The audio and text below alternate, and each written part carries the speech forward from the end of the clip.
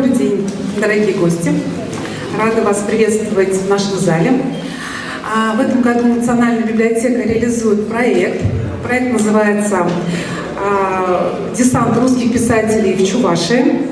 Объединяющие силы русского слова». В рамках проекта у нас будут организованы творческие встречи, лекции, мастер-классы. И мы реализуем этот проект совместно с Литературным институтом имени Максима Горького, город Москва. Хочется представить вам поэта, лауреата литературных премий, преподавателя, переводчика Алену Каримову. Пожалуйста, давайте поприветствуем ее. Вообще очень символично то, что наше мероприятие проходит 21 марта, потому что сегодня мы отмечаем Всемирный день поэзии.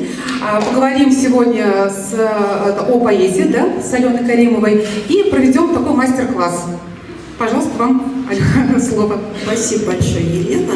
Спасибо библиотеке за этот замечательный проект. И вот я тут, в общем, свидетель того, как русское слово объединяет, потому что я родом из Казани. Это тут неподалеку, из Республики Татарстан, хотя пишу я на русском языке. И перевожу тоже с татарского языка. Татарский и чувашский языки – родственные языки, вы, конечно, об этом знаете, да? Ну вот, и сегодня наша с вами встреча происходит на русском языке, поэтому значение русского языка как объединяющего языка, как языка великой культуры и великой литературы, в общем, сложно переоценить. Вот сегодня было заявлено, что будет лекция и мастер-класс, но поскольку вас очень много, я планировала, что, может быть, мы послушаем стихи и местных молодых начинающих авторов и как-то их разберем. Но вот я не знаю, если это будет возможно у нас, то мы это сделаем обязательно в конце. А сейчас я хочу с вами поговорить, потому что мне кажется, что я не очень люблю формат, когда докладчик, лектор ходит и постоянно что-то такое говорит, а все остальные сидят молчат. Мне нравится, когда все-таки есть какой-то диалог, и я поэтому буду вам задавать вопросы, а вы, пожалуйста, на них отвечайте по возможности. Вот. Ну и у нас очень широкая такая тема заявлена, да, поговорим о поэзии. Конечно, мы не будем говорить о поэзии в целом, потому что это невозможно. Это очень небольшая тема, на нее не хватит целой жизни. Поэтому мы будем говорить о современной поэзии. Но даже современная поэзия, современная русская поэзия, это тоже огромная, просто очень широкая тема. Вот мне сказали, что здесь студенты-филологи присутствуют. Это так? Да, ну и наверняка это основная масса присутствующих здесь люди, которые хорошо учатся в школе, я думаю. Вот, поэтому я не буду вам рассказывать всю историю русской поэзии, я сосредоточусь на... Ну, это и невозможно рассказать, понятное дело. Я сосредоточусь, наверное, на последних, может быть, 30-40 годах развития русской поэзии, то, что, на мой взгляд, можно назвать современностью. Конечно, вот это тоже очень такой интересный вопрос, с чего начинать считать, да, какая поэзия современная. В некоторых аудиториях, когда мы встречаемся, я спрашиваю, кто современный русский поэт. Вот, кстати, интересный вопрос, кто современный русский поэт для вас? Вы знаете каких-то современных русских поэтов? Фамилии, пожалуйста, можете назвать? Вера Полоскова, отлично, еще. Дмитрий Быков. Дмитрий Быков, конечно, безусловно, еще. Юна Морец, конечно, ее тоже можно назвать современным поэтом, потому что она до сих пор здравствует и пишет, слава богу. Еще какие-то имена, может быть? Ахастахова. Вот видите, тоже замечательная история, потому что когда спрашиваешь, кто такие современные русские поэты, то поколение, воспитанное в интернете, оно, конечно, называет Полоскову, Ахастахову, Соломонову, ну, etc. Да? Их достаточно много популярных в русском интернете. Причем это в основном девушки, да, что тоже интересно. Вот мы про это потом отдельно поговорим, почему, кто сейчас является, в общем, в основном творцами современной русской поэзии. Так вот, я, наверное, все-таки не буду говорить про Веру Полоскову, хотя я отношусь к ней с уважением, и некоторые ее тексты мне очень нравятся, но то, о чем я буду говорить, это все-таки немножко другая поэзия, и Вообще сейчас удивительная совершенно ситуация в российском литературном поле сложилась. Ситуация эта уникальная, такой не было, наверное, еще никогда. Дело в том, что сейчас, ну, по крайней мере, может быть, до последних 5 лет, русская поэзия переживает просто небывалый расцвет. Вот обычно, когда говоришь об этом людям, они очень удивляются, говорят, ну как расцвет, да, где вот эти тысячи слушателей, там, вечера в политехническом, да, то, что мы привыкли, когда мы говорим о шестидесятниках. Нам кажется, что расцвет — это когда миллионные тиражи, это когда поклонники за автографами стоят, да, в очередь, и когда повсюду, по телевидению, на радио, в нашем случае, наверное, в интернете, да, на каких-то онлайн-платформах есть поэты. На самом деле это все сейчас присутствует, за исключением больших тиражей. Действительно, сейчас я могу вот совершенно заявить авторитетно, что называется, да, что в настоящее время творят порядка, наверное, 300-400 отличных поэтов, которые пишут на русском языке. Другое дело, что сейчас мы не имеем какой-то единой, может быть, среды, единого круга, про который все были бы согласны, что вот именно это и есть то, что мы можем назвать настоящей современной русской поэзией. Почему так происходит, да? То есть мы знаем, что у нас как поэзия развивалась. Был золотой век, да? Был Пушкин, был Боротынский, был Батюшков, потом был Серебряный век, это вы все проходите в школе, прекрасно об этом знаете, да? Символизм, акмеизм, имажинизм, футуризм, все это вам знакомые понятия. Вот. И по свидетельству некоторых филологов и литературоведов, я ни тем, ни другим не являюсь, я, в общем, рассуждаю, наверное, с позиции такого заинтересованного читателя, поскольку я не только люблю писать стихи, я очень люблю читать стихи, чужие стихи. Поэтому мне кажется, что я могу судить об этом еще и вот как-то немножко сбоку, да, нашей литературоведческой традиции, но тем не менее даже современные, очень известные литературные критики и филологи согласны с тем, что в настоящее время в России существует как бы параллельно несколько русских литератур и несколько поэзий. У нас сейчас есть традиционалисты вполне себе, есть так называемые почвенники, да, у нас сейчас есть постмодернисты, у нас есть практически вот авангардисты. Все, что вы можете назвать, все, что было раньше, оно сейчас в поле русской поэзии присутствует одновременно совершенно. Вот. И как разобраться в таком огромном количестве течений и огромном количестве имен? Вот это не праздный вопрос на самом деле, потому что вот я назвала, да, точнее спросила, и прозвучали имена. Вера Полоскова. Вера есть в интернете, плюс она актриса прекрасная, и она, вот это тоже интересный момент, то, что современная поэзия во многом сращивается с другими видами искусства. Но вот навскидку, что похоже на современное, что вы можете назвать, какие еще виды творчества, которые можно назвать, отнести к поэтическому творчеству? Песни, конечно. Вот в последнее время очень популярен вопрос, является ли рэп поэзией. Вот вам как кажется, он является поэзией? Да. Да, вот мне тоже кажется, что некоторые, не все, конечно, из рэперов, все-таки могут называть себя, и мы их можем называть поэтами, да? Но тем не менее, что отличает собственно поэзию, да, скажем так, вот есть такая прекрасная критика литературовед Евгения Вежлян, она ввела два таких интересных понятия, да, поэзия А и поэзия Б. Вот. Это не означает, что А лучше, чем Б, или Б хуже, чем А, или наоборот. Это всего лишь разграничение по тому, как бытует эта поэзия, по тому, где она живет. Вот поэзия А — это традиционные формы существования поэзии. Это литературные журналы, это литературные салоны, это литературные премии, лауреаты литературных премий, да? А поэзия Б — это, так сказать, поэзия, которая растет из народа, которая появляется в интернете, которая пишется по совершенно другим законам, да, и у нее совершенно другие принципы.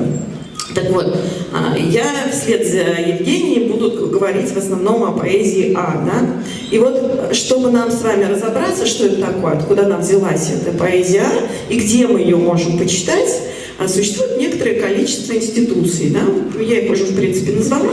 Первое и самое главное – это литературный журнал. Кто-нибудь из вас читает литературный журнал? Вот один человек в зале читает литературу. А какой это журнал? Как?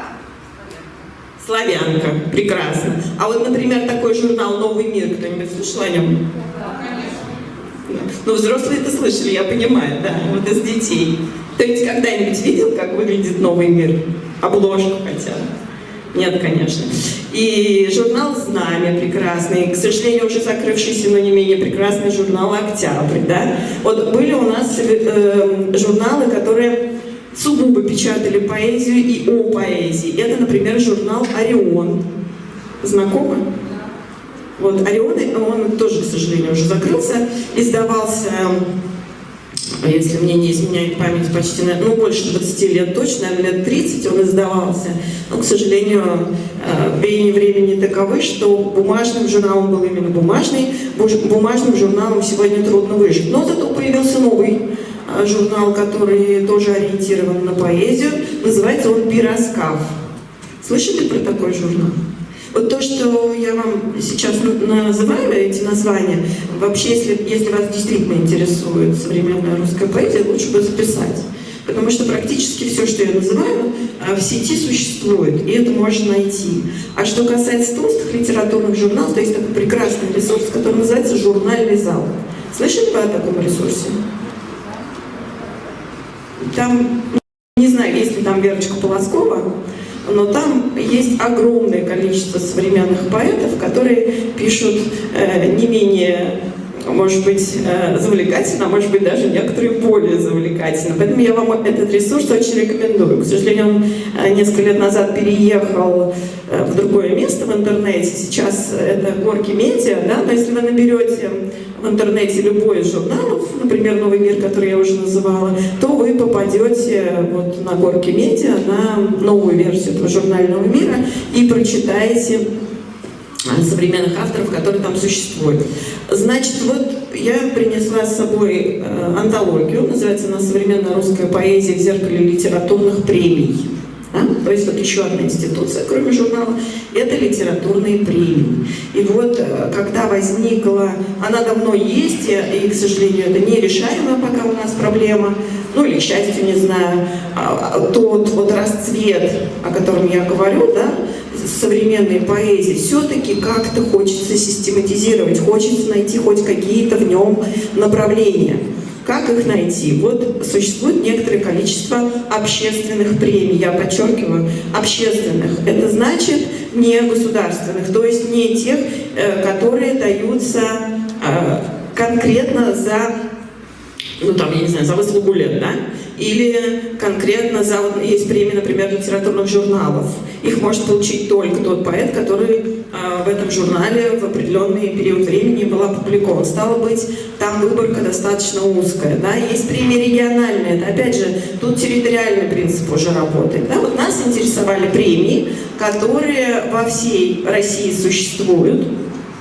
И, ну, точнее, они всероссийские, да, любой живущий на территории России может получить такую премию. И эти премии имеют общественное жюри, которое, соответственно, выбирает поэтов. То есть у них, ну, честно говоря, конечно, у каждой премии есть свои предпочтения. И обычно, понятное дело, все мы люди, и жюри, естественно, выбирает из общего большого количества поэтов близких по духу. Это нормальное совершенно явление, ровно поэтому премий очень много. И, так сказать, для каждого найдется место. Вот здесь мы представили 45 поэтов, и каждый из которых получил как минимум 2 разные литературные премии. Вот. И, коль скоро я вам сказала, что сейчас очень, так я сяду, наверное, очень большое количество ныне живущих и пишущих поэтов, они, конечно, разного возраста. И вот я хочу вам прочитать одно стихотворение, оно длинное, предупреждаю сразу, но я постараюсь читать медленно, чтобы вы понимали. Стихотворение это принадлежит перу Олега Чухонцева. Слышали когда-нибудь такое имя? Да, конечно, взрослые слышали. Но опять же, я больше, может быть, для детей говорю. Почему? Потому что, по мнению многих критиков литературных, которых я бесконечно уважаю, например, вот Игоря Шайтанова, Игоря Олеговича, или, например, Артема Скворцова, который занимается русской поэзией уже, наверное, тоже 30 лет. Он профессор Казанского университета и как раз преподает курсы, связанные с современной русской поэзией. Вот. Ну и по моему собственному мнению, я просто так прислонялась к великим, да, но я тоже так считаю, что это, наверное, поэт номер один из тех, которые сегодня живут и творят. При этом он очень взрослый, да, он родился в 1938 году. И вот я хочу вам прочитать, наверное, самое известное его стихотворение. Оно называется «Кыё-кыё». Думаю, это будет правильно, потому что говорить о поэзии, не читать стихов и не называть конкретных имен, это как-то тоже будет странно. Так вот, Олег Чухонцев. Кыё-кыё, по колено стоя в воде, не выпуская тачки, он мочится в реку. Возле моста, напротив трубы, извергающей пену и мыльную воду бань, напротив заброшенного погоста и еще не взорванной церкви на том берегу, он стоит в воде и мочится в реку, не понимая, как будто и сам, как сюда забрел. А по лицу блуждает улыбка, то ли блаженство, то ли безумие. Кончив нужду, он там и стоит, где скот обычно вброд переходит реку. Стоит, не оправляя штанов, уставясь в поток. Он очень обряклый паводковой водою, и он не знает, что делать дальше, так и стоит, держась двумя за свою тележку, и что-то бормочет, что-то мычит. Но одно лишь слышно — кыё, кыё. Что это? Притчит или проклятие? Каждой весной по мостовой железный грохочет гром. Это кыё-кыё в пустоту кивают. Выкатил тачку свою, и под лай собак он возникает в серой казенной шапке, в красных калошах собственной выклики. Вот он проходит, лязгая, громыхая, чуждый всему и всем. И старухи вслед крестятся скорбно, как на Илью пророка.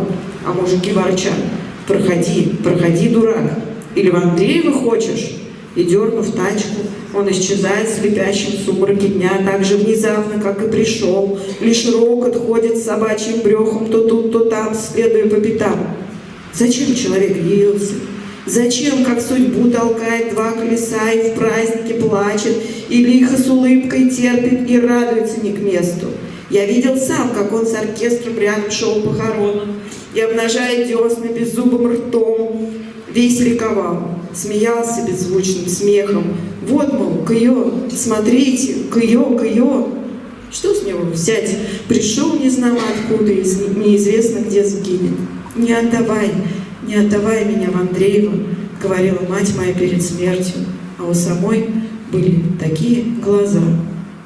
Недавно, случаем, я проезжал то место. Одноэтажный дом старой постройки, без царя перестроенный, в поле на выселках, можно сказать, барак, но с мезонином. И на крыльце сидели люди, все в чем-то сером, стайка людей, не говоря между собой, нахохлись, как птицы, выбившиеся из сил, упав с облаков на полевое суденышко. Но не это странно мне показалось, не дом-приют, не его обитатели, а то, что сам я, кажется, был там, знаю его изнутри, до половиц, до черных латунных ручек, вскриков и запахов, хлорки, урины и сквозняков, гуляющих по коридору, хлопающих дверьми. Проходи, проходи. О, то не гром расходится мостовыми. Это кыё-кыё в небесах летит на оглушительной тачке своей. И слабый белый тянется инверсионный след за ним, медленно растекаясь и багровея знаками тайн. Что он хотел сказать, думаю я, просыпаясь. И на рассвете, через полвека, путая сон и явь, всматриваюсь и вижу стоящего человека в мутной воде и вопрошающего опять: что, кого? Но нету пустоты ответа, нет и все. Ах ты, Катани, наше мытье, никуда от вас, Иордан, флегетон и лето, или Бог намного, не знаю. Кыё, кыё. Вот такое стихотворение, оно сложное для восприятия, конечно. Вот, и еще раз назову имя автора, это Олег Григорьевич Чухонцев, очень вам рекомендую познакомиться с его поэзией. А сейчас хочу вас спросить, вот как вам кажется, о чем это стихотворение? Есть какие-то предположения у вас? Ну, в общем, это правильный ответ, да, немножко. Я вам сейчас прочитаю, интересное даже, может быть, это как-то вас, так сказать, вдохновит на угадать. А вот это стихотворение написано молодой женщиной, которая... Так, сейчас...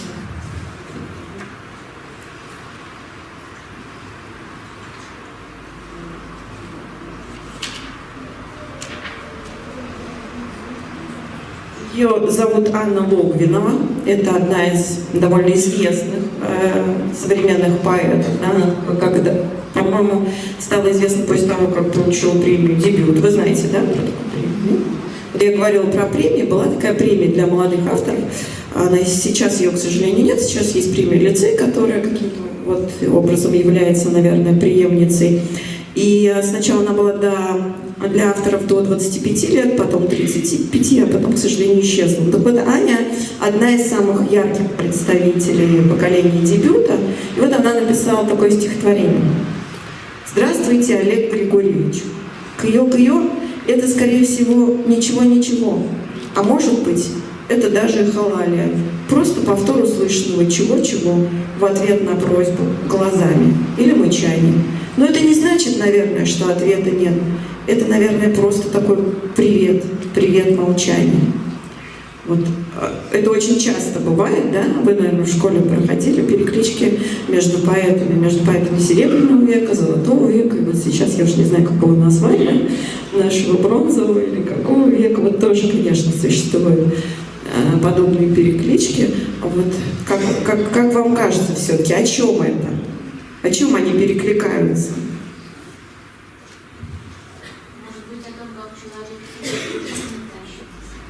Конечно, да.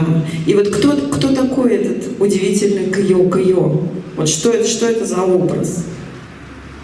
Нет у вас предположений? Кто это может быть?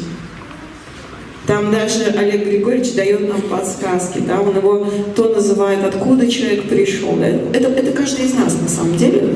Это человек, который пришел в мир, и он не знает, что происходит вокруг, он пытается в этом разобраться, пытается как-то реагировать. И в то же самое время это Илья Пророк, да?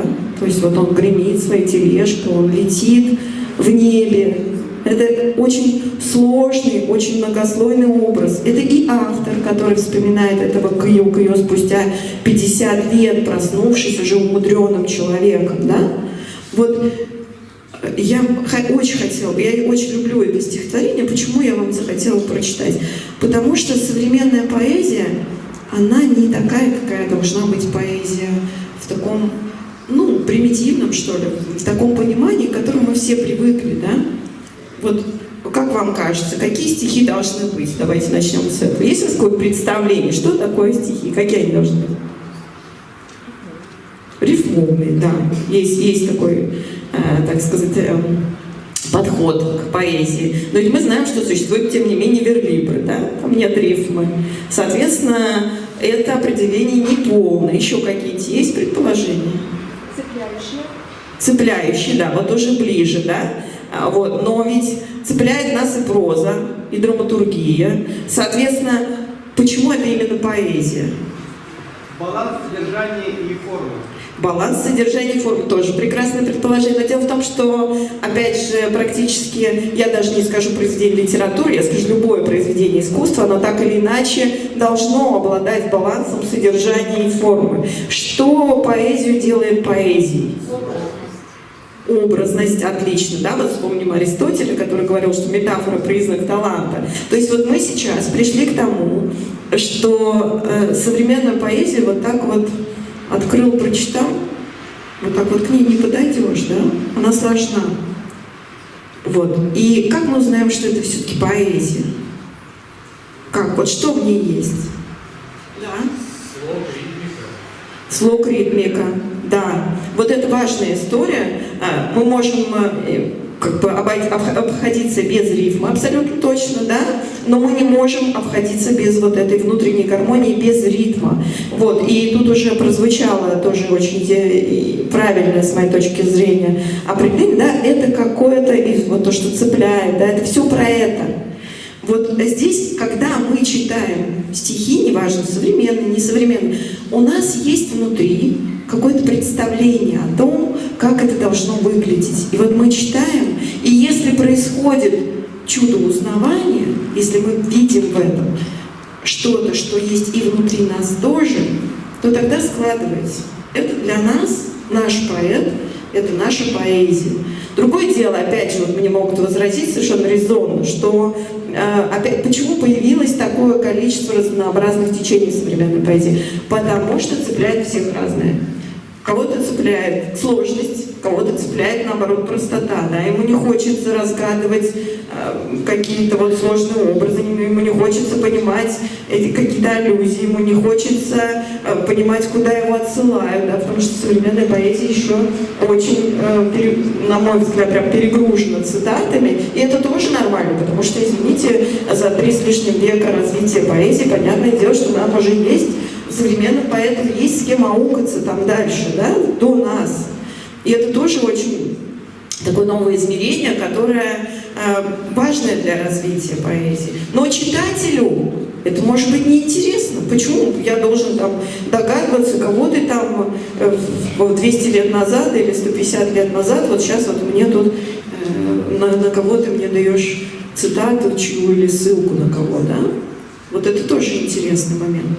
Вот, резюмируя все, что я сказала, наверное, подходить к этому можно именно вот даже, ну я вот скажу сейчас все-таки это слово, это очень такое душой, да? То есть вот выбирать нужно душой, сердцем нужно выбирать. И именно сердцем нет никакого механизма, никакого правила, по которому мы можем сказать, да, это стихи, или нет, это не стихи. Некоторые стихи вообще не похожи на стихи, в принципе. Вы открываете, и это, ну, в лучшем случае, проза, записанная в столбик, да? Мы почему брали пересечения, да, разных премий?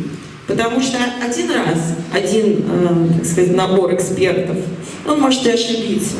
Но когда мы видим, что совершенно разные люди с совершенно разными предпочтениями в литературе вдруг выбирают одного и того же поэта, то это знак, что, в общем-то, наверное, в этом что-то есть, и, наверное, имеет смысл к их мнению прислушаться и, по крайней мере, прочитать. Не факт, что вам понравится, но, по крайней мере, есть вероятность такая, да? И вот я хочу вам прочитать стихи, на мой взгляд, одного из тоже самых ярких современных поэтов. Он пошел, ну, то есть он не как все, да? То есть я вам говорила, что, и вы сами знаете, что есть у нас золотой век, серебряный век, да? Вот интересно, основная масса поэтов пошла за Пушкиным. Да? А были все-таки некоторые поэты, которые, например, пошли за Державиным. И это совершенно другая тропа и другой путь. И вот к ним относится, и по сути, наверное, на таком уровне он сейчас пока у нас, можно сказать, единственный поэт из активно пишущих, Максим Амелин. Вот. И сейчас я прочитаю его стихотворение, а вы все-таки подумайте, пожалуйста, тоже, о чем оно. Долго ты пролежала в земле праздная, бесполезная, и, наконец, пробил час. Очнулась от сна, подняла голову тяжкую, распрямила хребет костный, затрещали, хрустя позвонки, молнии разновидные, смертному гром страшный грянул, гордые вдруг небеса дрогнули, крупный град рассыпая камней облых, превращающихся на лету в острые вытянутые капли, сродни зернам, жаждущим прорасти, все равно, чем бы ни прорастать, изумрудной травой или карим лесом, или еще какой порослью частой. Ты пролежала в земле долго, праздная, бесполезная, но вот оно, честно, коего ты дождалась время. Ибо лучше проспать суетой брезгуя, беспробудно, недвижно свой век краткий, чем шагами во тьме заблуждать мелкими по ребристой поверхности, на ощупь, изредка спотыкаться, смеясь весело, проповедуя: все хорошо, славно, потому-то тебя и зовут именем подлинного, не зная, рекой, речью. Да? Вы чувствуете, что это абсолютно другая поэзия, не такая, как у Олега Чухонцева. И это тоже стихи, это классные стихи. Хотя у Максима, вот вы, наверное, заметили, да, такая тяжелый слог, есть какие-то даже устаревшие слова, выражения, да, но тем не менее мы понимаем, и нас это трогает. И это вот к вопросу о эмоциональной общности. То есть мы можем почувствовать общее, на самом деле, много с чем. И вот я хочу еще прочитать, сейчас я ее, просто после Кайо-Кайо мне захотелось именно этой стены, но вообще я приготовила совершенно другое стихотворение Ани Логановой. Оно, наверное, самое известное из ее стихов, оно мне очень нравится, что сейчас вы поймете, почему, собственно. Ну, жирафствуй, я в наш город вернулась, я смешная в этой кожаной куртке, из-под ног выскакивают курицы и вспархивают переутки. Мы живем в Москве, мы москиты, впившиеся в красную лошадь. Оставляю все двери открытыми, и в окна тоже. Я на зебрах не пишу свою кредо, лишь на заячьих листочках капустных. Мы смеемся каждую среду, но зато по четвергам нам грустно. Раньше в Буйвольске хотелось анархии, а теперь глаза от кротости узкие. Расскажи мне про мои щеки хомягкие на языке кенгурусском. Видите, совершенно другая, абсолютно другая поэтика, абсолютно другой взгляд на мир, третий, да, и на самом деле поэтов очень много, ну очень, действительно очень, потому что мы привыкли, как нас учат, да, вот поэт номер один, кто у нас в России? Конечно, Александр Сергеевич, наше все, да. Кто у нас поэт номер два? Лермонтов, конечно, мы из школы это знаем. А кто у нас поэт номер три?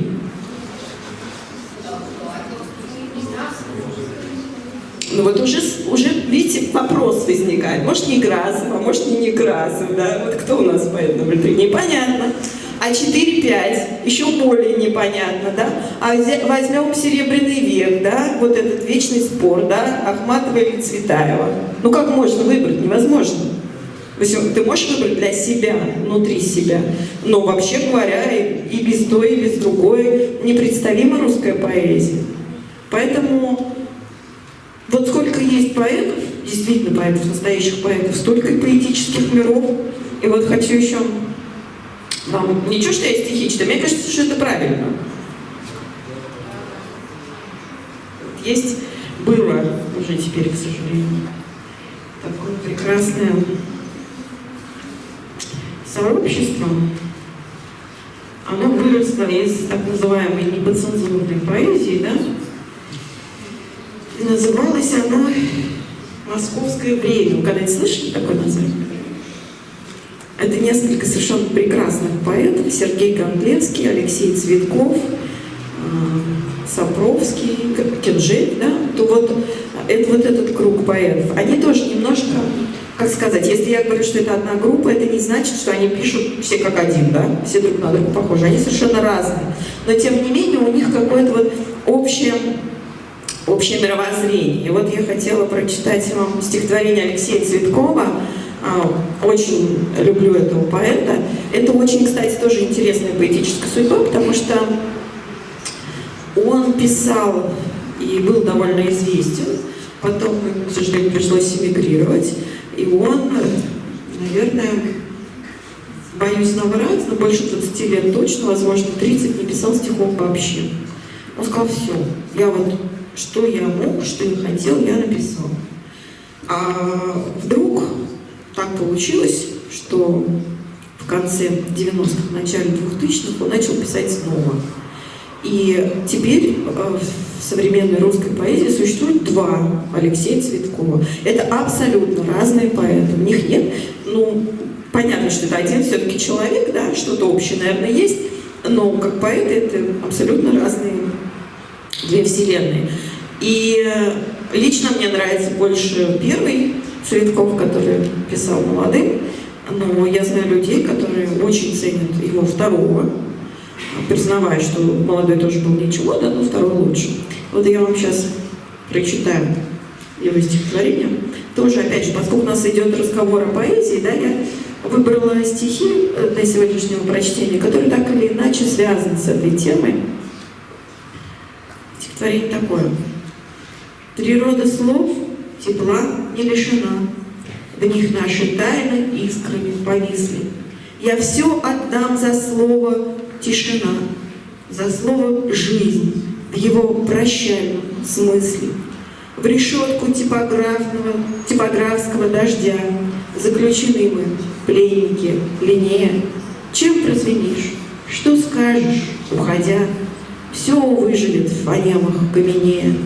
На будущие вечные дела, как сноп кистей, олифу и белила, пригоршню слов природа мне дала, кровоточащей глоткой наделила. И чтобы свет сознания не мерк, чтоб серый холст не проступил в изъяне, гори, гори, словесный фейерверк, скрывая бред и сумрак обезьяне. Как откровенны эти кружева, подобно полдню над безлистой чащей. Плетись, Пегас, пока душа жива, вперед и вверх по лестнице звучащей. По-моему, там меняется стихотворение, да? Но вот опять интересный момент, да? Здесь мы имеем все признаки такого очень серьезного программного стихотворения, да? То есть и Пегас у нас тут упоминается, и мы там можем вспомнить стихотворение «Пророк», да, когда вот жало мудрой змеи, да, он в уста. А почему вот он, современный человек, он не может выдержать вот этой вот, ну, такой пафосности и серьезности, да, и что он делает? Вот вы заметили, что он сделал в своем стихотворении, при том, что оно действительно серьезное.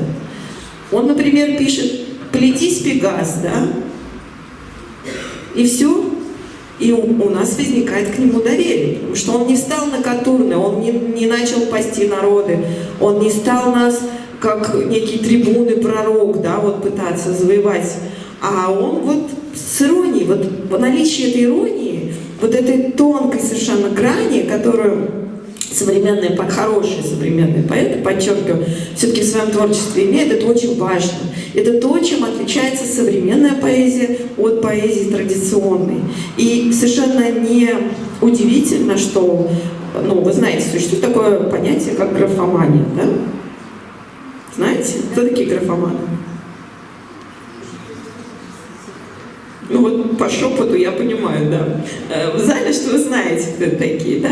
Это люди, ну, по большому счету, в графомании нет ничего плохого. Это люди, которые любят писать, да? Это у них хобби, возможно, это терапевтическое письмо, им таким образом становится легче. Но, тем не менее, все-таки не все, что написано в рифму и в определенном ритме, да, можно назвать поэзией. И чаще всего графоманы очень серьезно относятся к своему творчеству. Это для них такое, это во всем, абсолютно во всем. Например, в выборе темы, да? Вот о чем можно писать стихи? Вот как вы думаете, о чем можно писать стихи? Да, вот видите, вы уже современные люди, вы говорите обо всем.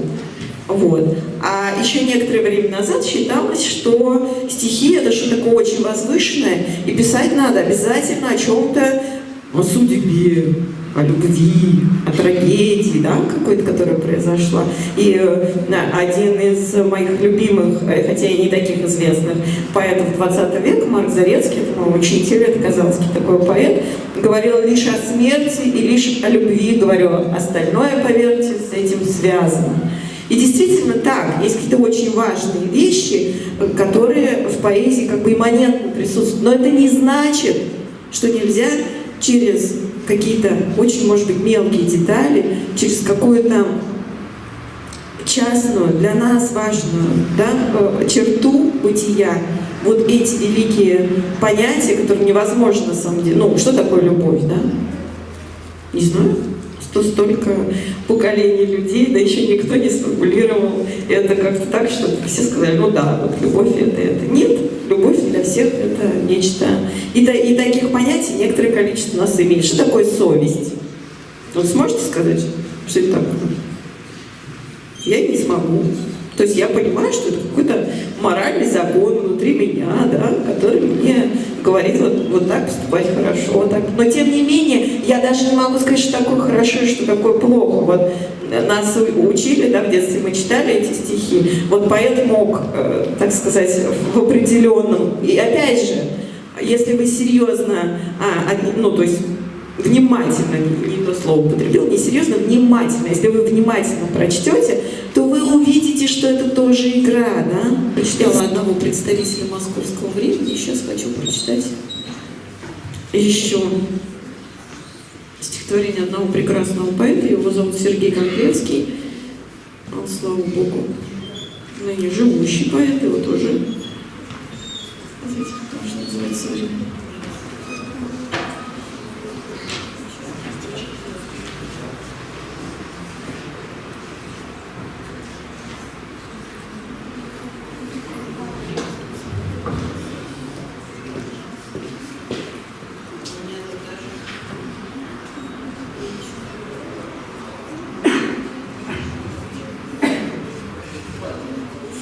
Да, тут употребляется слово «рюмка», но я надеюсь, что вы не сочтете это пропагандой, да, нехорошей. Вот, ну что делать? Из песни слов не выкинешь, да? Петру Вайлю. Цыганка валится, мотая юбку, в вокзал с младенцем на весу. Художник слова над 4-й рюмкой, сидишь и ни в одном глазу.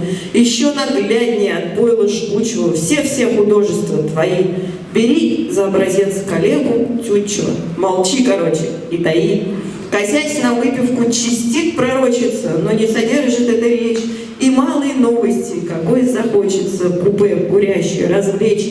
Играет музычка, мигает лампочка, и ну буфетчицы зевать, что самое где время лавочку прикрыть и выручку вставать. Шуршат по насыпи чужие особи, диспетчер зазывает в путь. А ты сидишь, как Меньшиков в Березове, иди уже куда-нибудь. Вот понимаете, это не игра с нами, да, с одной стороны. И с другой стороны, это, ну, по-моему, серьезно, на самом деле, написано стихотворение, да, то есть у него несколько пластов. У него есть пласт иронический, но при этом мы что-то такое о жизни начинаем понимать, когда мы его прочитали. Что-то о жизни, что-то об искусстве. Вы со мной согласны? То есть вот эта вот форма, она не должна вас обмануть. Она это сделано для того, чтобы мы могли почувствовать себя не где-то далеко, да, а вот рядом. Мы живем на соседней улице, мы можем зайти также, да, на вокзал, в привокзальное кафе и видеть поэта, когда он, так сказать, мучится, муки творчества у него за соседним столом. То есть это все рядом. Вот это вот очень важная черта современной поэзии, она рядом. Современные поэты считают, что поэзия, она, да, ну не то, что должна, да, нет такого слова должна, да, но по крайней мере она имеет право не отвечать на какие-то глобальные вызовы. Она имеет право быть и частной тоже. И она имеет право рассказывать о частной жизни частного человека. Да? Вот как Бродский говорил, что он частный человек, эту частность он предпочитал в своей жизни. Вот. И так, сейчас еще я. Мне просто очень хочется, чтобы вы эти стихи, ну хотя бы в моем исполнении послушали. Я, конечно, оставлю эту книгу здесь, в библиотеке, но я не уверена, что вы все побежите ее читать, да, немедленно. Поэтому я хочу, чтобы вы хотя бы на этой нашей встрече услышали этих прекрасных поэтов. Вот еще одна разновидность современной, так сказать, поэзии, да, так называемая духовная поэзия. Ее ярчайшая представительница Светлана Керкова. Вот сейчас я хочу прочитать саратовская поэтесса или поэт. Некоторых очень раздражает слово поэтесса, я отношусь к нему совершенно нормально. Но, тем не менее. Саратовский поэт Светлана Керкова. Она, кстати, тоже не так молода, она родилась в 1951 году. Вот, и здесь сейчас я себе отметила вот это стихотворение. Тоже очень интересное. Царь не знает сам, где его народ. Я в скале вырубаю молчащий рот. Рот молчащий, похож на ухо. Пилят рядом дерево, взык да взык. Под корой жуки, как во рту язык. А язык — это орган слуха. Сколько есть могил в длинной плоти рек. Там болгарин спит, и поляк, и грек. Их тоска то сосет, то гложет. На спине моллюска стоит монгол, а над спящим сердцем горит глагол. Он пылает, но жечь не может. Я стираю слезы с лица воды, я опять целую твои следы. Путь твой в воздухе корнем вырыт, спит в земле болгарин, а рядом греч. Я свою скоро прямую речь буду плакать, покуда Ирод в Иудее царствует. Буду знать твоего отца и не буду мать, только имя ее услышу. Посмотри, Мария, пришла зима. Бог меня, как видно, лишил ума. Снова падает снег на крышу, и в падении снега я слышу стон. Где же, царь, твой посох, и где твой трон? С кем ты делишь сегодня ложе? Огневидный ангел с большим мечом заслонил меня золотым плечом. Жизнь идет, как мороз по коже. Попрощаемся, ангел мой, мне пора. На востоке, где желтая спит гора, тело грешное душу съело. А душа-то, впрочем, была стара, от деревьев осталась одна кора, и растущая в ней омела. Видите? Такое очень тонкое, да, душевное, я бы даже сказала, духовное переживание, оно тоже не очень простую форму для восприятия вообще-то облечено, да. Но когда мы читаем, мы понимаем, что за этим стоит очень много. За этим стоит не только эмоция, но и мысли. За этим стоит даже какая-то философская глубина, да. Вот. И это тоже свойство поэзии, одно из. Мы можем писать частушки, а можем писать стихи, которые вполне, в общем, в некотором смысле сойдут за философский трактат. Да? То есть в одном стихотворении может быть какая-то мысль не менее важная для человечества. Если у вас есть какие-то вопросы или, может быть, пожелания, то вы, конечно же, можете их озвучивать.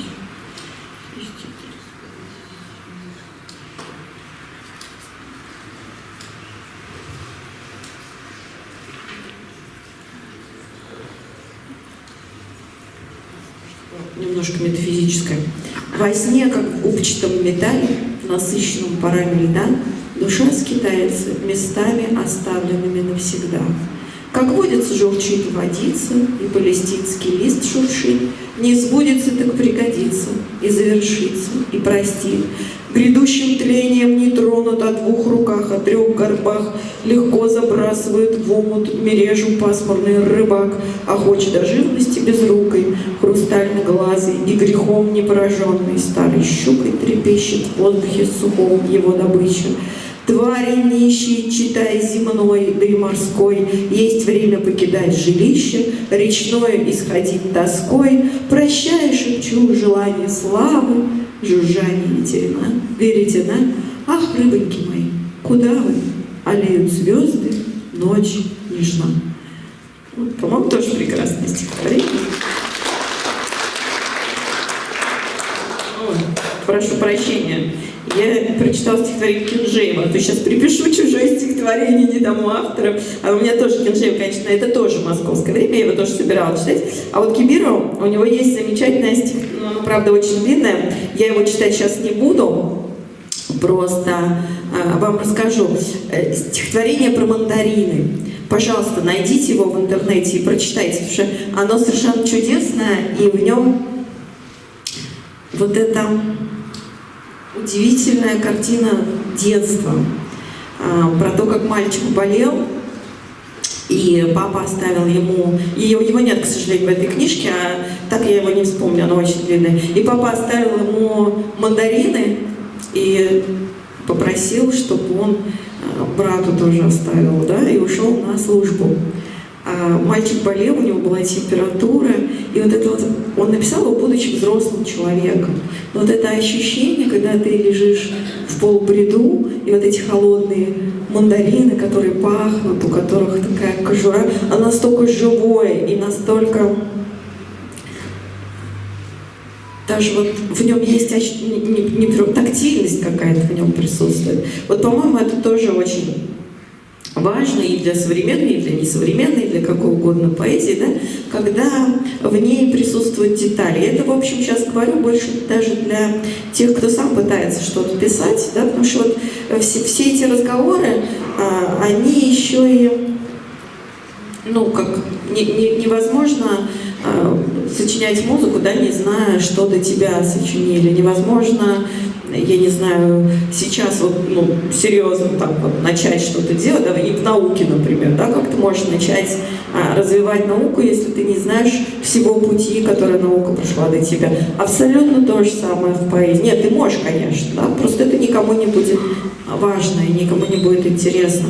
Все-таки для того, чтобы твои собственные тексты, твои собственные стихи и может быть, и прозы, и вообще любые жанры, для того, чтобы делать это на достаточно высоком уровне, ну, я не очень люблю это слово, но тем не менее оно существует, да, на профессиональном уровне, хотя мы понимаем, да, что такое профессионально. Профессиональный вообще изначально это когда человек получает деньги за то, что он делает. Да? То есть современный мир устроен так, что поэты, в общем, не очень получают деньги сейчас за то, что они делают, но тем не менее понятие профессиональный все равно существует. Это означает, что у поэта есть некий символический капитал, да, что он, его стихи, они находятся уже на таком уровне, о котором можем говорить серьезно, и совершенно становится понятно, что я, ну, не думаю, что прям все там 200-300, а вот на стихире, например, там их, по-моему, уже сотни тысяч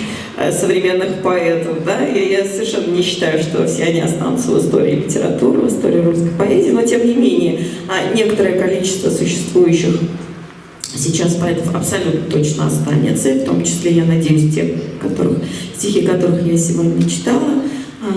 Так вот, для того, чтобы все-таки быть, ну, если не вровень встать, да, но, по крайней мере, где-то рядом находиться, да, вы все-таки должны знать, что до вас, вашими коллегами, вашими предшественниками было сделано нового. И вот не зря, когда, например, опять же, я приведу аналогию с наукой, да, когда, например, в физике, да, вот вы пишете диссертацию, есть такое понятие новизна, научная новизна вашей работы, да. Вот если этой новизны нет, то как бы прекрасно вы не законспектировали то, что сделали до вас, это не может считаться научной работой. Это что-то другое. Это может быть история науки, но это не является развитием науки. Тоже, абсолютно то же самое в поэзии. Если вы пытаетесь писать какой-то текст, он должен в себе содержать новизну. То, что человек увидит и скажет: ой, вот я этого нигде не встречал, кроме как... Это может быть все, что угодно. Это может быть новая форма, это может быть какой-то неожиданный образ, это может быть мысль какая-то. Причем вот тоже есть мысль философская, да, а есть мысль поэтическая. И это немножко разные вещи все-таки. Я говорю вот в данном случае о мысли поэтической. Да, это может быть прием совершенно. Ну, вот появляется Бродский, да, и после него просто появляются сотни поэтов в России, которые начинают писать как он. И вот мы сейчас, вот уже, там, я не знаю, как у нас, 24-й год, да? Вот мы только-только преодолеваем эту вот инерцию, да? Мы начинаем уже видеть, так сказать, в поэзии нечто. Я имею в виду широкие, конечно, массы. Вот Есенин у нас, когда уже писал, слава богу, да, тоже Серебряный век. Ну и в 24 году вы без труда совершенно, если откроете некоторые журналы литературные, вы увидите последователей Есенина и Рубцова, и хорошо, если это не эпигоны, если это там не 155-й раз перепевание Есенина, а действительно продолжатели этой традиции, да? Вот поэтому вопрос новизны – это вопрос принципиальный. Я не говорю, что это обязательно должны быть какие-то там, ну, например, у нас есть концептуалисты, да? Вот это такой тоже интересный. Были и есть, собственно, вот Дмитрий Александрович Приков у нас как один из, а Лев Рубинштейн, Лев Семенович, к сожалению, недавно ушедший. Вы когда-нибудь слышали, как выступает Лев? Не знаете карточки, да? Вот и поинтересуйтесь этим тоже, да? То есть я сейчас говорю немножко не об этом, хотя это очень классно. Но новизна, она может быть в чем угодно. Если вы пишете, как те же литваристы, как я уже упоминала, у них с виду вполне традиционные стихи. Они написаны регулярным размером, у них есть нормальная такая, иногда даже очень виртуозная рифма. Но они новые. Это что-то, чего в поэзии до них не было, да? Вот это тоже такая... И вот мы сейчас плавно так перешли к вопросу о том, как писать. Как писать, чтобы вас читали. Вот. И снова я вас спрашиваю, но уже немножко под другим, так сказать, углом. Вот вам, лично вам, что было бы интересно прочитать? Какие стихи вам нравятся? Какие вам кажутся новыми и необычными? Ну, кроме Полосковой. Есть у вас вообще запросы к поэзии? Нет, я имею в виду даже здесь, может быть, не авторов, хотя можно в качестве иллюстрации назвать имя.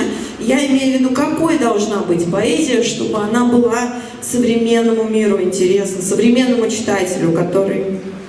Она должна поддерживать современный, не поддерживать, она должна удовлетворять современные потребности. Современные потребности диктуют то, что люди ждут каких-то историй, каких-то... Вот. Люди ждут каких-то историй, люди ждут раскрытия каких-то сюжетов. Это диктуется, ну, как бы, вообще, во всем мире, во всем медиа. Мне кажется, современная поэзия, она должна, ну, быть сюжетной все-таки. То есть, ну, что-то, вот, уж не знаю, с чем сравнить, с чем, чтобы точно поняли, но я бы, наверное, с песнями Королей Шута бы сравнил, например, просто. То есть, должен какая-то сюжетная основа. Мир так развивается. Да, такая поэзия существует, она называется нарративная поэзия, действительно. Да, ну, понятно, что я не новатор тут, идея моя тоже не нова, но... Не, я как раз потому, что это действительно так. Нарративная поэзия, она имеет большое количество поклонников. Вот я, кстати, хотела вам прочитать стихотворение одного из представителей этого направления, Федора Сваровского.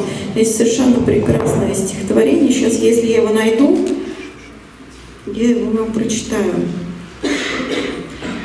Это не совсем история, хотя в основном он как раз пишет истории, да?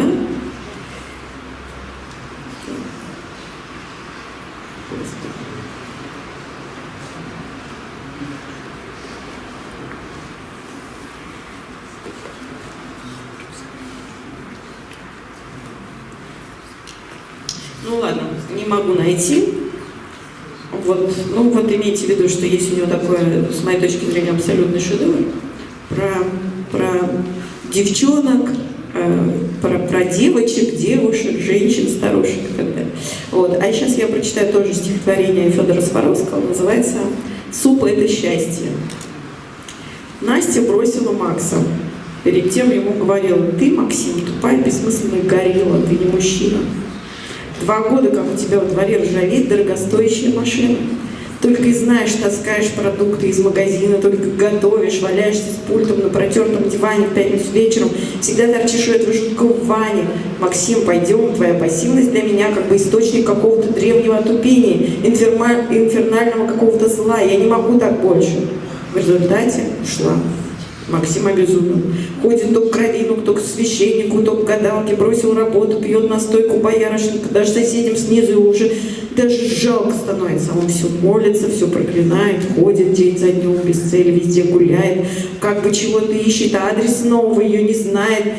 Внезапно на улице случился страшный понос, увезли в больницу, оказался уже цирроз. Лежит, чувствует свою огромную печень, и при этом ничего у него нет снаружи, а внутри он полностью искалечен. Нет даже, чтобы выписаться чистой одежды, некому заехать за мужем, ничего у него нет. Не осталось практически никакой надежды. Лечащий врач показывает студентам: вот случай, видите, спит человек в характерной позе, который говорит одновременно и о депрессии, и о застарелом циррозе. А в среду спал, и вдруг что-то случилось в один день, то есть ночь. Внутри все решительно изменилось. Максиму приснился сон, от которого прояснились все мысли. Ну, типа он на даче, а перед домом пасется буйвол или бизон, а Макс с серебряной ложкой на кухне ест суп. Утром говорит врачу: я чувствую, что лечу. Напрасно я мучился, как я был глуп. Теперь все будет по-новому. Очевидно, что в нашей власти все изменить. Будем жить по-новому. Вот дача, символ новой очищенной жизни. Бизон – это космос, ложка – это, конечно, Настя. А суп – это радость, как она есть. Суп – это абсолютное вселенское счастье. А? И обычно имя Сваровского вспоминают, когда рассказывают о таком замечательном явлении нашей современной поэтической жизни, которое называется слэм. У вас в Чебоксарах бывали слэмы? Ну, значит, вы знаете, что это такое, да? То есть, на самом деле, слэм – это такое сращение здесь происходит. Может быть, это даже не столько поэтическое соревнование, сколько такое исполнительское, да? Потому что иногда в слэмах побеждают, может быть, ну, не сильные поэтические тексты, но побеждают авторы, которые умеют свой текст зажигательно прочитать. И здесь, конечно, абсолютно бывают вне конкуренции, если ваши тексты имеют некоторую юмористическую составляющую, да, как раз-таки рассказывают какую-то историю, потому что слушателю интересно за ней следить, интересно, чтобы, ну, конечно, если вы хорошо написали. Иногда истории бывают и скучные тоже. Вот. И это тоже такой, к сожалению, сейчас это, ну, для меня, к сожалению, для кого-то, может быть, вот я слышала такое мнение, что слэмы эти, это все от лукавого, да, что они, так сказать, выводят поэзию из ее нормального поля в какое-то непонятное. Но, в конце концов, шестидесятники, они тоже были, в первую очередь, эстрадными поэтами, да, они делали примерно то же самое, просто на другом материале. Вот. Так что, с моей точки зрения, все-таки, к сожалению, что сейчас вот это движение, слэм-движение, оно как-то утихло, стало как меньше этого, и вообще стало меньше вот в 90-е годы, да, когда стало понятно, что миллионных тиражей больше не будет, когда читатели, которые были прям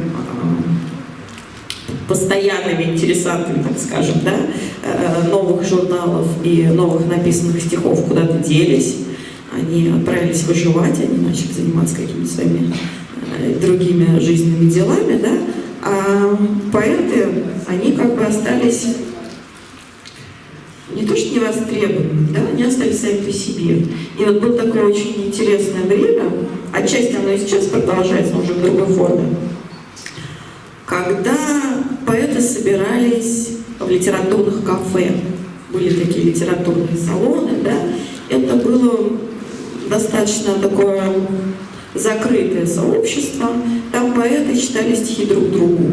Они, в общем, не читали стихи публики, потому что публики как таковой не было. Ее и сейчас не очень нет. Сейчас мы продолжаем жить в этом удивительном времени, когда художники ходят смотреть картины художников, музыканты ходят слушать музыку, которую написали другие музыканты, да, исполняют.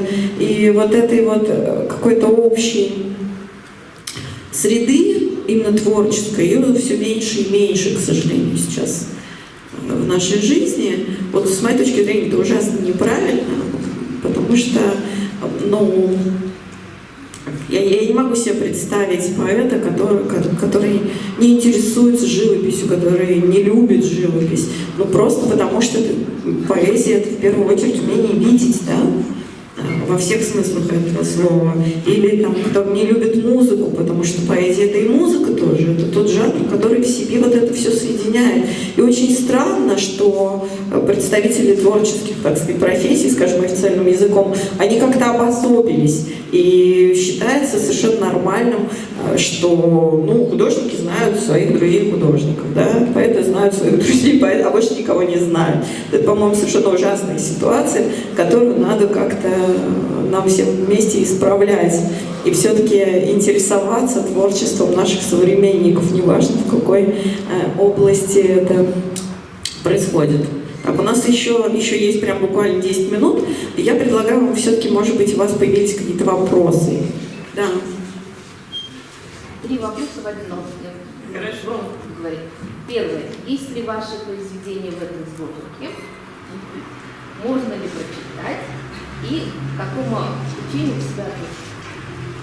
Ну, я, наверное, хотя, вы знаете, вот в течение жизни все-таки, мне кажется, это все достаточно условное деление, нам просто так удобно, да, нам же надо на какую полочку поставить, и мы поэтов каким-то образом классифицируем. На самом деле, я, наверное, неоклассик, если можно так выразиться, но в последние годы я пишу достаточно много, и для меня лично это эксперимент. То есть он не эксперимент, может быть, для литературы в целом, а это лично мой эксперимент для меня. Вот, поэтому последняя моя подборка в журнале «Литература», она включает в себя стихи рифмованные, стихи свободные. И я их специально так выстроила, чтобы это, ну, смотрелось как одна целая подборка. Вот.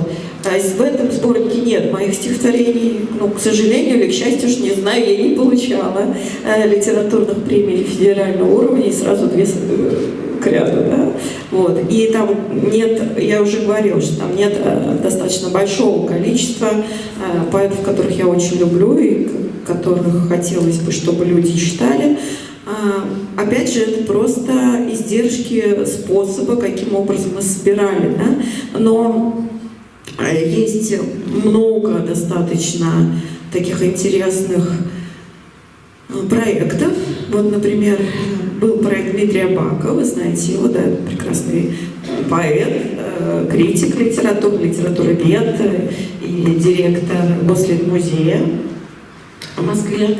Вот у него была такая антология «100 поэтов начала века», по-моему, она называлась. Вот. И это другой совершенно взгляд.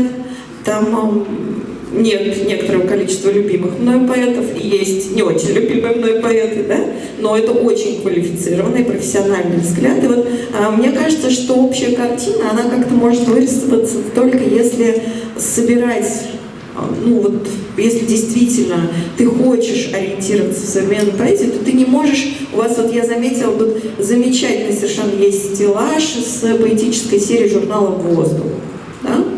Вот. И это классно, что у вас есть все эти поэты, и вы можете их прочитать. Но дело в том, что это один сегмент современной поэзии, да? А есть, например, авторы, в некотором сегменте они пересекаются, да, но тем не менее, есть другие авторы с другой поэтикой, журнала «Орион», про который я тоже говорила, да? И это совершенно другая поэзия, она не менее интересная, и вот для того, чтобы разбираться, нужно, конечно, по возможности изучить все эти, ну, все невозможно, никто не может все, ну, хотя бы вот основные, да, точки, посмотреть толстые журналы, посмотреть, опять же, разные премии, да, шорт-лист, например, какой-то уважаемый премии, он вполне может дать лично вам понравившихся 2-3 авторов, ну или, может быть, одного, даже ради этого уже стоит посмотреть. У меня довольно давно не выходило поэтических книг, я как-то в последнее время переориентировалась на детскую литературу, но последняя называется «24», это электронная книга, ее сделало издательство Олега Маковского, вы можете просто в интернете набрать 24 Алены Каримова, и вы на эту книжку попадете, соответственно. Вот. И сейчас я делаю тоже книжку, которая будет состоять наполовину из верлибров. Я еще пока даже не решила, как она будет называться. Ну вот, сейчас я в процессе составления, так сказать, книги. Надеюсь, что она в следующем году выйдет. А вообще мы живем в прекрасное время, когда любого поэта, который вам понравился, вы случайно услышали, вы можете найти в интернете. Ну, практически любого. Журнальный зал, опять же, все публикации доступны, поэтому welcome. И меня, и других замечательных поэтов, я так сказала. Вот. У меня нет мании величия, я не считаю, что я внесла какой-то неоценимый вклад в русскую поэзию, но мне было бы приятно, если бы вы, так сказать, это прочитали. Вот, наверное, все, что я могу на этот вопрос ответить. Еще какие-то вопросы есть у вас? Да, конечно. Вот, да, мы с этого начали и этим заканчиваем. Что такое поэзия? Вот для меня, я уже, наверное, это понятно, да, из того, что я вот долго-долго-долго говорю, это я все как раз и рассказываю, что такое, с моей точки зрения, поэзия. Для меня это, как бы это не банально звучало, может быть, да, это родство души. То есть вот если я читаю стихи, и я понимаю, что этот человек, он чувствует, как я, не думает именно, а чувствует, вот я подчеркиваю это, то для меня это мой человек, это мой поэт, и это поэзия, конечно, безусловно. Я еще раз говорю, сейчас настолько большое разнообразие поэтик и даже поэзий, что вот иногда там филологи, они просто до драки чуть ли не доходят, потому что один говорит, вот это там шедевр, а другой говорит, да ты что, да это вообще печатать нельзя, потому что это ужасные графоманские стихи, да? И мы должны понимать, что это тоже нормально. Вот я уже вас немножко байками развлеку, да? Я тут недавно была на книжной ярмарке в Азербайджане. У нас была, ну, правда, это была прозаическая такая история. И я модерировала встречу с прекрасными нашими прозаиками, 2 детских писателя, даже не прозаиками. Настя Орлова — это детский поэт, вы знаете ее, наверное, да? Она достаточно известный автор. А вот Настя Строкина, она пишет философские сказки для детей. И Рагим Джафаров, который пишет прозу. И вот это была примерно такая же встреча, и ребята, студенты спросили, а скажите, пожалуйста, вот, когда можно считать себя, ну все, вот я писатель, да? И как вы вообще относитесь к контакту со своим читателем? И меня себя чувствовать писателем — это, ну, внутреннее чувство. Этого не может дать, или поэтом, да, этого не может дать тебе премия, этого не может дать тебе какие-то восторженные отзывы. Это у тебя внутри ощущение, что ты делаешь свое дело. Вот если у тебя внутри есть ощущение, что ты делаешь то, для чего ты рожден, значит, ты писатель. Вот у меня других критериев нет. Хотя, конечно, бывает такое, что такое ощущение может быть и у графомана, это тоже совершенно нормально. Вот. Но все-таки без этого ощущения, с моей точки зрения, писать невозможно и бессмысленно. Вот мне кажется, это главное. Вот как-то так. Спасибо. Я думаю, что мы, наверное, закончим. Вот, спасибо вам, что вы выдержали, досидели до конца. Надеюсь, что книжку я, как я уже сказала, оставлю в библиотеке. Если кто-то из вас захочет ее прочесть, то, пожалуйста. Спасибо.